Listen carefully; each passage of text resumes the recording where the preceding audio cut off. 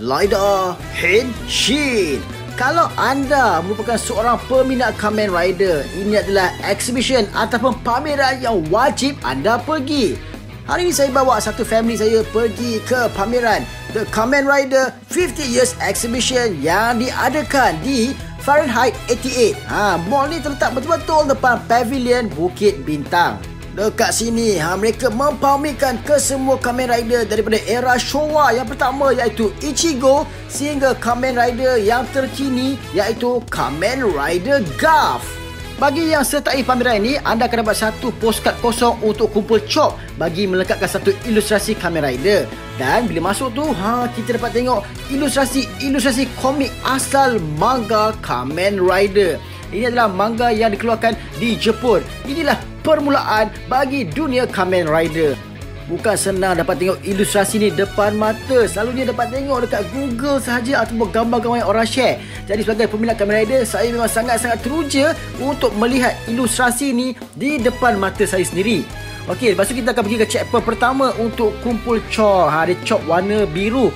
Ini adalah bahagian background. Untuk exhibition ni ada 5 checkpoint yang perlu anda pergi bagi melengkapkan chop di kad anda. Selain daripada ilustrasi manga, kita juga dapat melihat prop-prop depan mata. Kita ada prop Kamen Rider Ichigo dan Nigo serta pakaian dan juga aksesori yang ada di episod sebenar. Saya tak pasti dekat sini replika ataupun prop yang betul, tapi memang accurate lah dari segi sizing dia. Memang semangat lah sebagai peminat Kamen Rider. Saya yakin siapa yang datang ni confirm akan teruja melihat segala props yang dipamerkan di sana.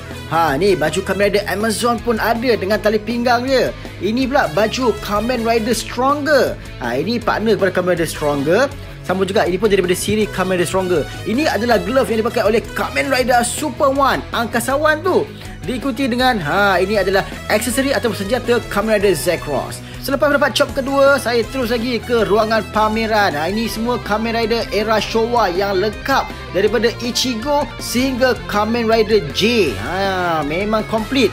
Dekat sini memang ramai yang suka luangkan lebih banyak masa sebab boleh ambil gambar. Sebab saiz atau skala yang ada ni adalah 1/1. Jadi ini adalah skala sebenar untuk Kamen Rider. Ini untuk orang Malaysia, favourite lah Kamen Rider Black dan juga Shadow Moon yang terkenal di awal era 90-an. Kamen Rider Black RX pun ada. Ini memang idola. Saya waktu kecil-kecil dulu memang minat sangat Kamen Rider Black dan juga Kamen Rider RX. Sebab apa? Kamen Rider RX adalah Kamen Rider pertama yang ada 3 form yang berbeza. Kat sini kita ada Kamen Rider Shin, J dan juga Zo. Ni pula adalah gambar-gambar yang mereka pasang. So cantik juga display dia. Bila masuk kawasan ni, ini adalah era bagi Abah. Kenapa tu? Ini adalah Kamen Rider daripada era Heisei. Saya telah dibesarkan dengan Kamen Rider Kuga sehingga Zo. Ini adalah era saya.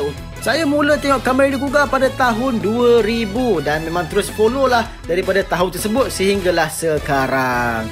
Okey, sekarang kita akan pergi ke checkpoint yang ketiga untuk kumpul kita punya stamp.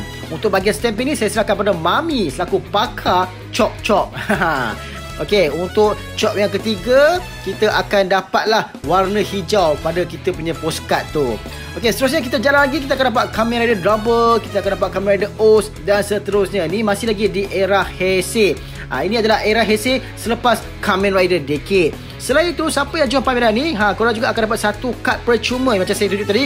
Kad yang untuk ambil gambar tu. Memang nice lah. Nanti saya akan tunjukkan kad apa yang saya dapat di penghujung video nanti.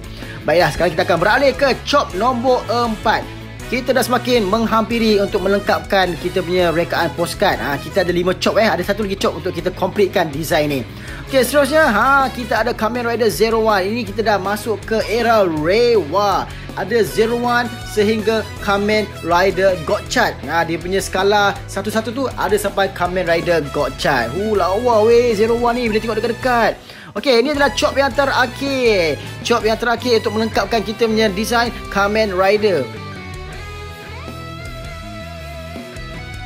Inilah hasil postcard kita setelah kita berjaya mengumpul ke-5 chop. Dapatlah gambar Kamen Rider Ichigo dengan logo ulang tahun ke-50 Kamen Rider.